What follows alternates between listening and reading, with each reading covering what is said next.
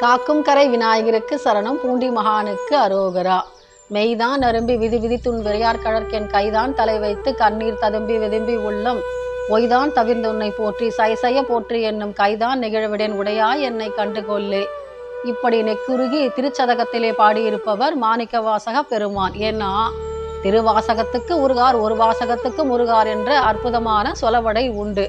இப்படி இந்த மாணிக்க வாசக பெருமானை பார்த்து பொறாமைப்படக்கூடிய அளவுக்கு பக்தி செய்தவர் கண்ணப்ப நாயனார். இந்த கண்ணப்ப நாயனாருடைய வரலாற்றிலே நாம இப்போ என்ன பார்த்து கொண்டிருக்கிறோம் என்று சொன்னால், அவர் எங்கே பிறந்தார் என்பதை பற்றி நாம முன் அத்தியாயத்திலே பார்த்தோம். ஏன்னா அவர் முன் ஜென்மத்திலே அர்ஜுனனாக இருந்தவர். இந்த ஜென்மத்திலே அவர் கண்ணப்ப நாயனாராக அவதரித்துள்ளார்.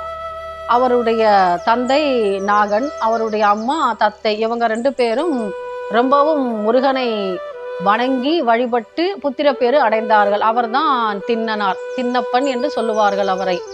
ஏன்னா அவரை கையில் எடுக்கும் பொழுது திண்ணுன்னு இருந்தாராம். அதனால அவரு வேட்டையாட புறப்படுவார். அதற்குரிய பருவம் வந்தது அவருக்கு. அப்ப என்ன பண்றாரு, நாகன் கூப்பிட்டு, அப்பா எனக்கோ வயதாகி விட்டது, நீ என்ன பண்ற, இப்போ நம்முடைய குலத்தோலை செய்ய வேண்டும் அப்படின்னு சொல்றாரு.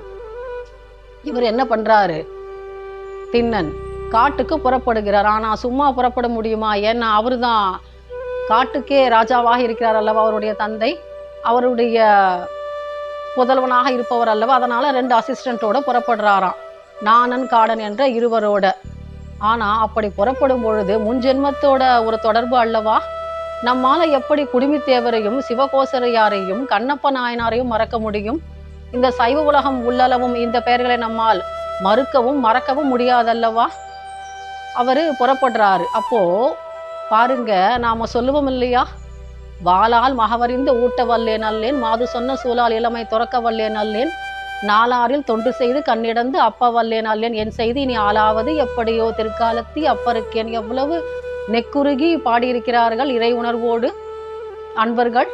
ஏன்னா நாளாரில் யாராவது முக்தி அடைய முடியுமா? எத்தனை காலம் தேவைப்படுகிறது நமக்கு இறைப்பணி ஆற்றுவதற்கு, இறைப்பதம் அடைவதற்கு, அவருடைய அருகாமையை பெறுவதற்கு, சிவனுடைய அருளை பெறுவதற்கு. ஆனா 6 நாளில் முக்தி அடைந்தார் என்று சொன்னால் அவருடைய மனப்பக்குவம் எப்படிப்பட்டதாக இருக்க வேண்டும்? அவருடைய திடமான பக்தி தான் என்ன? எதற்கு அவர் இவ்வளவு கஷ்டப்பட்டு இறைவனை அடைந்தார் என்பதை நாம பார்க்கணும் இல்லையா. ஏன்னா நாம நினைக்கலாம், நாம கண்ணின் மணியே அப்படின்னு ரொம்பவும் புகழ்ந்து பேசுவோம் நம்முடைய மழலை செல்வங்களை. ஆனா அந்த கண்ணையே கொடுத்தவர் அல்லவா, கண்ணை இடந்து அப்பினார் அல்லவா. அது எப்படி நடந்தது? ஏன்னா இவர் குடுமித்தேவர் என்று சொல்லக்கூடிய ஒரு சின்ன குன்றில் இருக்கக்கூடிய அந்த லிங்கத்தை பார்க்கிறாராம். ஆனா பார்த்த உடனே என்ன தோன்றியது அவருக்கு? ஒரு இன்பச் சிலிர்ப்பு, பக்தி பரவசம் அவருக்கு தன்னை அறியாமல் ஏற்பட்டு விட்டது. ஏன்னா அது முன்ஜென்ம தொடர்பு அல்லவா. சிவனே பாராட்டினார் அல்லவா அர்ஜுனனாக இருக்கும் பொழுது. அந்த பக்தி பரவசம் அவரை தொற்றி கொண்டது. அவர் சொல்றாராம் தன்னுடைய அசிஸ்டன்ட் கிட்ட, என்னன்னு எனக்கு என்னன்னு தெரியல, மனசுல ஒரு இன்ப பரவசம் ஓடுகிறது, இந்த குடுமித்தேவரை விட்டு என்னால் பிரியவும் முடியவில்லையே அப்படின்னு அங்கேயே தங்கிடுறாராம். அவர் என்ன பண்றாராம் பாருங்க, அவருடைய பக்தி எப்படிப்பட்டதுன்னு. முதல்ல அந்த சிவலிங்கத்துக்கு அபிஷேகம் செய்யணும் இல்லையா. இவரு தான் காட்டுவாசி இல்லையா, இவருக்கு என்ன ஒரு நல்ல முறைகள் தெரியும், அதை எப்படி நாம திருமஞ்சனம் ஆட்ட வேண்டும், எப்படி பூஜை செய்ய வேண்டும் என்பது ஒன்றும் தெரியாது. ஆனா என்ன பண்றாரு, அவருடைய ஆசை அது என்னன்னா, அவர் வாயில அந்த பொன்முகலி ஆற்றை எடுத்து வருகிறாராம். வாயில அப்படியே கொண்டு வந்து சிவலிங்கத்துக்கு திருமஞ்சனம் செய்விக்கிறாராம். கொண்டையிலே காட்டுப்பூக்களை சூடிக்கொள்கிறாராம். அன்று வேட்டையாடிய மிருகங்கள் இருக்கும் அல்லவா காட்டுல, அதை கொண்டு வந்து பக்குவப்பட்ட இறைச்சியை அவர் படைக்கிறாராம் சிவபெருமானுக்கு, இந்த குடுமித்தேவருக்கு. அப்படித்தான் பெயர் அந்த சிவலிங்கத்துக்கு. ஆனா என்ன பண்றாரு பாருங்க, படைச்சிட்டு சாயங்கால வேலை ஆகிவிடுகிறது அல்லவா. அப்ப பிரியணும் இல்லையா சிவபெருமானே. அப்ப என்ன பண்றாராம், கொஞ்ச தூரம் திரும்பி வராராம். ஆனா திரும்பவும் போயிட்டு உட்கார்ந்துக்கிறாராம் சிவபெருமான் கிட்ட.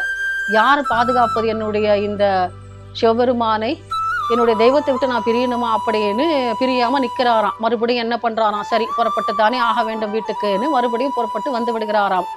இப்படி 1 நாள் 2 நாள் கிடையாது ஐயா, மொத்தம் 5 நாட்கள் செய்து விட்டாயிட்டு இவருடைய இந்த சிவ தொண்டை. ஆனா இந்த கோவிலுக்குன்னு ஒரு அர்ச்சகர் இருக்காரு.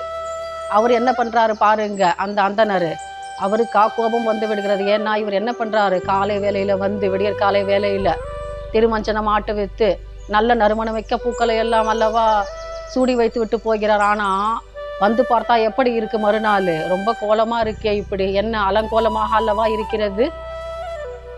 ஏன்னா சிவபெருமானுக்கு யாராவது இப்படி இறைச்சி துண்டுகளை படைப்பார்களா? அவருக்கா கொஞ்சம் கஷ்டமாக போயிடுது மனசுக்கு. ஏன்னா சிவபெருமானை யார் செய்த அநீதி இது, என்னால் தாங்க முடியலையே, இவ்வளவு கஷ்டம் உனக்கு நேரணுமா அப்படின்னு ரொம்பவும் மனசு வருத்தப்படுகிறாராம் அந்த அர்ச்சகர். அப்போ கனவுல இறைவன் தோன்றி சொல்றாராம், நீ நினச்சிக்கிட்டு இருக்கியா நீ ரொம்ப பக்தி பண்ணுற, என் மேலே ரொம்ப இறை தொண்டு செய்கிறேன்னு சொல்லிட்டு, சரி நாளை காலையில் என்ன பண்ணுற, ஒரு மரத்துக்கு மேலே ஏறி நின்றுக்கிட்டு பாறேன் மறைஞ்சிக்கிட்டு, என்னுடைய பக்தன் ஒருத்தன் வருவான், அவனுடைய பக்தி எப்படிப்பட்டது என்பதை நான் உனக்கு உணர்த்துகிறேன் அப்படின்னு ஒரு அசரீரி வாக்காக சொல்லிவிட்டு போகிறாராம். மறுநாள் என்ன பண்ணுறாரு, ரொம்ப விடியற்கால வேலையில் எழுந்த அந்த அர்ச்சகர் மரத்துக்கு மேலே ஏறி உட்கார்ந்து கொள்கிறாராம். அப்போ என்ன பண்ணுறாரு, திண்ணன் வருகிறார் தன்னுடைய 2 அசிஸ்டண்ட்டோட, நாணனும் காடனும் கூடவும். அப்போ வந்து என்ன பண்ணுறாரு, வாயில தண்ணியை முகர்ந்துக்கிட்டு வராரு. வந்து என்ன பண்ணுறாரு, சிவலிங்கத்துக்கு அபிஷேகம் செய்விக்கிறார். அப்புறம் என்ன பண்ணுறாரு, தன்னுடைய கொண்டையில் சூடிக்கொண்டிருக்கிறார் அல்லவா காட்டுப்பூக்கள், அதையெல்லாம் அதை சிவலிங்கத்துக்கு அர்ப்பணிக்கிறாராம். அப்புறம் என்ன பண்ணுறாரு பாருங்க, பன்றி இறைச்சி இருக்கிறது அல்லவா, அதை கொண்டு வந்து சமர்ப்பிக்கிறாராம் ஒரு தேக்கு இலையில. சரி இவ்வளவு நடந்து விட்டது. இப்போ பாருங்க ஒரு அதிசயத்தை. நன்றாக இருந்ததல்லவா சிவலிங்கம், அதில் ஒரு கண்ணில் ரத்தம் வடிகிறதாம். இவருக்கு என்ன பண்ணுறதுன்னு தெரியல, ரொம்பவும் துடிச்சு போயிடுறாரு திண்ணன். என்ன பண்ணுறாரு, அவருக்கு தெரிந்தது என்ன, ஏதாவது பச்சிலை வைத்தியம் அல்லவா, அதனால் என்ன பண்ணுறாரு, தன் கைப்பட ஒரு பச்சிலையை பறித்து வந்து கண்ணிலே விடுகிறாராம். ஆனால் குருதி நிற்கவில்லை. சரி இப்போ என்ன பண்ணுறது, ஊனுக்கு ஊனுன்னு சொல்லுவோம் இல்லையா, அப்போ கண்ணுக்கு கண்ணை இடந்து வைத்தால் ஒரு கால் நிற்கலாம் அல்லவா இந்த குருதி பெருக்கு. அதனால் என்ன பண்ணுறாரு, தன்னுடைய கையில் வச்சுக்கிட்டு இருப்பார் இல்லையா அம்பு, அதால் தன்னுடைய கண்ணை தோண்டி வைத்து விடுகிறாராம். ஆனால் இப்போ பாருங்க, நாம் என்ன நினைப்போம், நம்மளுடைய ஒரு கண்ணு போயிடுச்சேன்னு நினைப்போம் இல்லையா. ஆனால் அவர் அப்படி நினைக்கவில்லை திண்ணன். ஆஹா, என்னுடைய சிவபெருமானுக்கு கண்ணை அப்பி விட்டதனால் அவருடைய இந்த ரத்தம் வருவது நின்று விட்டதல்லவா, ரொம்பவும் சந்தோஷமாகிறதாம். ஆனால் அடுத்த ஒரு சோதனை கட்டத்தை வைக்கிறார் அல்லவா சிவபெருமான். என்ன பண்ணுறாரு, ஒரு கண்ணை வச்ச இல்லையா, இன்னொரு கண்ணை கொடுப்பியா, பார்த்துருவோமே அதையுமே அப்படின்னு என்ன பண்ணுறாராம். எப்பவுமே சோதனையோட உச்சக்கட்டத்துக்கு கொண்டு செல்வார் சிவபெருமான், அப்புறம்தான் அவர் அருள்பாலிப்பார். அப்படித்தான் நடந்தது இங்கும். ஏன்னா 63 நாயன்மார்களில் நீங்கள் பார்த்திருக்கலாம், எல்லாருக்கும் ஏதாவது ஒரு கஷ்டத்தை கொடுப்பார், ஒரு திருவிளையாடலை நிகழ்த்துவார். என்னன்னு, ஒன்று வறட்சியை கொடுப்பார், இல்லைன்னா வறுமையை கொடுப்பார், இல்லை செல்வ வளத்தை குன்ற வைத்து விடுவார், இப்படித்தானே செய்வார். ஆனால் இங்கே என்ன நடக்குது, அவர் என்ன பண்ணுறாரு, இன்னொரு கண்ணில் இருந்து குருதி வடிவுமாறு செய்கிறாராம். அப்போ என்ன பண்ணுறாராம், கொஞ்சம் கூட யோசிக்கவில்லை திண்ணன். என்ன பண்ணுறாரு, இன்னொரு கண்ணையும் தோண்டுவதற்கு அவர் தயாராகி விட்டார் அல்லவா. அப்படி ஆயத்தமாகும் பொழுது என்ன பண்ணுறாரு, இப்போது நம்மக்கிட்ட 2 கண் இருந்தாக்கா ஒரு கண்ணை சுலபமாக எடுத்து வச்சுடலாம். இப்போ ஒரு கண்ணை ஏற்கனவே இடந்து வைத்தாகிட்டு இன்னொரு கண்ணை அல்லவா இப்பொழுது நாம் எடுக்கணும். இப்போ என்ன அடையாளம் வைக்க முடியும், ஏன்னா நமக்கு ஒரு கண் இருந்தால் பார்த்து வச்சுடலாம், இருப்பதே ஒரு கண், அதையும் பெயர்த்து வைக்க வேண்டும். அப்போ என்ன பண்ணுறாரு, அடையாளத்துக்காக தன்னுடைய காலை எடுத்து வைக்கிறாராம் சிவபெருமானுடைய இன்னொரு கண்ணில். ஏன்னா அடையாளம் வேணும் இல்லையா, நமக்கே 2 கண்ணு தெரியாதப்ப நாம எப்படி எடுத்து வைக்க முடியும் நம்முடைய கண்ணை. அதனால எல்லாருடைய நாயன்மார்களுடைய வரலாற்றில் என்ன நடந்திருக்கும், சிவபெருமானு அவரா பார்த்து நிறுத்தியிருப்பார் தன்னுடைய சோதனை. ஆனா இறைவனுக்கே சோதனை வைத்தவர் என்று சொன்னால் அது கண்ணப்ப நாயனார் அல்லவா, இதை நாம் ஒப்புக்கொள்ளத்தானே வேண்டும். ஏன்னா என்ன சொல்றார் சிவபெருமானு, கண்ணை எடுத்து வைக்கும் போது தாங்க முடியலையே கண்ணப்பா உன்னுடைய சோதனையா அப்படின்னு சிவபெருமானே சரண்டர் ஆயிட்டார். என்ன சொல்றாரு, நில்லு கண்ணப்பான்னு சொல்றாரு. ஏன்னா அவராலேயே தாங்க முடியல அந்த சோதனையை, அவர் வச்ச சோதனையை அவராலேயே தாங்க முடியல. முன் ஜென்மத்தில் வேணா அவர் திட்டி இருக்கலாம் அர்ஜுனனை, நீ காட்டுவாசியாக பிறப்பா என்று. ஆனால் இந்த ஜென்மத்தில் அவர் நிரூபித்து விட்டார் அல்லவா, திண்ணனாக வந்த இந்த கண்ணப்ப நாயனார். என்ன சொல்றாரு, கண்ணப்ப நாயனார் என்பது இறைவனிட்ட திருநாமம் அல்லவா, இதற்கு நாம் தலைவணங்கித்தானே ஆக வேண்டும். எவ்வளவு அற்புதத்தின் விளைவு இது, பக்தியினுடைய இலக்கணம் அல்லவா இது. இதை கொடுத்தது எங்கே, வாயுலிங்கமாக விளங்கக்கூடிய ஸ்ரீ காளஹஸ்தியில் அல்லவா. ஏன்னா நாம திருமுறை கண்ட சோழன் ராஜராஜ சோழனை சொல்லுவோம், அவருக்கு பிறந்த புதல்வன் ராஜேந்திர சோழன், அவன் எடுத்து கட்டிய கோவில் அல்லவா இது. இதற்கு நாம் மதிப்பளிக்கத்தானே வேண்டும். எவ்வளவு அற்புதம் இது. ஏன்னா உலகத்திலேயே வாயுலிங்கம் என்று சொன்னால் அது ஒன்றே ஒன்றுதான், அது காளஹஸ்தி. இந்த காளஹஸ்தியில இப்படி பக்திக்கு இலக்கணமாக விளங்கக்கூடிய அற்புதமான கதையை நமக்கு கொடுத்த ஸ்ரீ காளஹஸ்திக்கு நம்முடைய வணக்கங்கள். ஏன்னா நாம காளஹஸ்தின்னு சொன்னா என்ன நினைப்போம், இது ஒரு வாயு ஸ்தலம், திருமண தோஷங்களை நீக்கக்கூடிய ஸ்தலம் அப்படின்னு தானே நினைப்போம். ஆனால் இதற்குள்ளே பக்தி இலக்கணம் அல்லவா விளங்கி இருக்கிறது.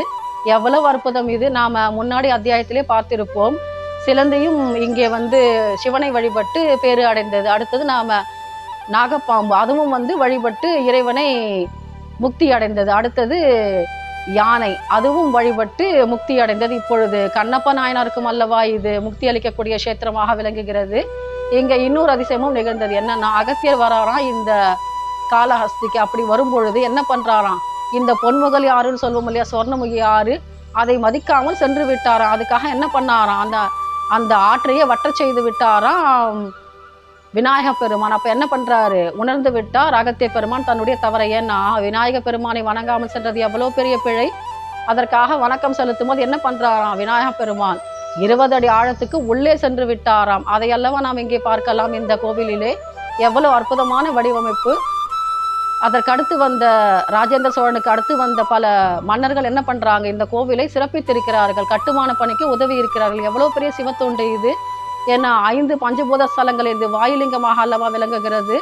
காற்று இல்லாத இடம் ஏது, நம்மால் ஒரு நொடி கூட இருக்க முடியாதல்லவா. அப்படி அற்புதமான இந்த ஸ்தலத்திலே நம்முடைய வணக்கங்களை நாம செலுத்தணும். ஏன்னா கண்ணப்ப நாயனாருக்குரிய முக்தி தலம் அல்லவா இது. நாம 63 நாயன்மார்கள், யாருடைய நாயன்மார்களுடைய வரலாற்றை எடுத்தாலும் பல இன்னல்களை அனுபவித்திருந்தாலும் கடைசியில் என்ன பண்ணுவாங்க, சிவபெருமானை வணங்கி விடுவார்கள். ஆனா சிவபெருமானே போதும்னு சொன்னார் இல்லையா, கண்ணப்ப நாயனோருடைய பக்திக்கு மெச்சி போதும் கண்ணப்பான்னு சொன்னார் இல்லையா. இவ்வளவு அருமையான இந்த வாயுலிங்கத்தை நாமும் வணங்கி நம்முடைய பிரார்த்தனைகளை வைப்போமாக. இது பஞ்சபூத ஸ்தலங்களிலே வாயுலிங்கம். மீண்டும் சந்திப்போம் ஒரு அருமையான பதிவிலே. காக்கும் கரை விநாயகருக்கு சரணம், பூண்டி மகானுக்கு அரோகரா.